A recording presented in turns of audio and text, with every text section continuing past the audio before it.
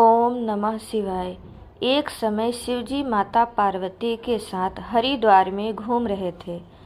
पार्वती जी ने देखा कि सहस्त्र मनुष्य गंगा में नहा नहाकर हर हर कहते हुए चले जा रहे हैं, परंतु प्रायः सभी दुखी और पाप परायण है।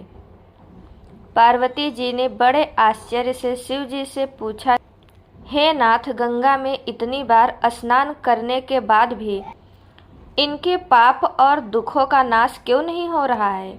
क्या गंगा में सामर्थ्य नहीं है? शिव जी ने कहा, प्रिय, गंगा में तो सामर्थ्य वही है, परंतु इन लोगों ने पाप नाशनी गंगा में स्नान ही नहीं किया है, तब इन्हें लाभ कैसे होगा? पार्वती जी ने आश्चर्य से कहा कि स्नान कैसे नहीं किया? सभी तो नहा नहा कर आ रहे हैं, अभी तक इनके शरीर भी नहीं सूखे हैं।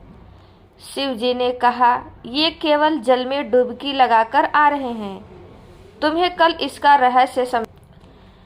दूसरे दिन जोर से बरसात होने लगी, गलियां कीचड़ से भर गई।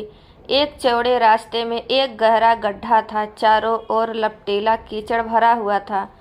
शिव जी ने लीला से ही वृद्ध रूप धारण कर लिया और दिन विवश की तरह गड्ढे में जाकर जैसे कोई मनुष्य चलता चलता गड्ढे में गिर पड़ा हो और निकलने की चेष्टा करने पर भी वह निकल न पा रहा हो।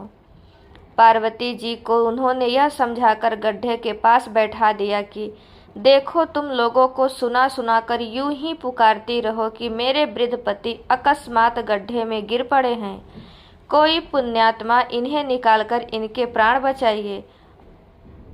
शिव जी ने यह और समझा दिया कि जब कोई गड्ढे में से मुझे निकालने को तैयार हो, तब इतना और कह देना, भाई, मेरे पति सर्वथा निष्पाप हैं, उन्हें वही छुए जो स्वयं निष्पाप हो।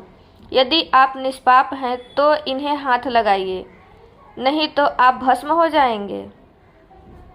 पार्वती जी तथास्तु कहकर गड्ढे के किनारे बैठ गईं और आने जाने वालों को सुना सुनाकर शिव जी की सिखाई हुई बात कहने लगी। गंगा में नहाकर लोगों के दल आ रहे हैं। सुंदर युवती को यूं ही बैठी देखकर कईयों के मन में पाप आया। कई लोग लज्जा से डरे तो कईयों को धर्म का भय हुआ। कई कानून से डरे। कुछ लोगों ने तो पार्वती जी को यह भी सुना दिया कि मरने दे बुढ़े को, क्यों उसके लिए रोती है। आगे और कुछ दयालु सच्चरित पुरुष थे। उन्होंने करुणावश हो युवती के पति को निकालना चाहा, परंतु पार्वती के वचन सुनकर वे भी रुक गए। उन्होंने सोचा कि हम गंगा में नहाकर आए हैं तो क्या हुआ, स्त्री के कथनानुसार हम स्वयं भस्म न हो जाए। किसी का साहस नहीं हुआ। सैकड़ों आए, सैकड़ों ने पूछा और चले गए।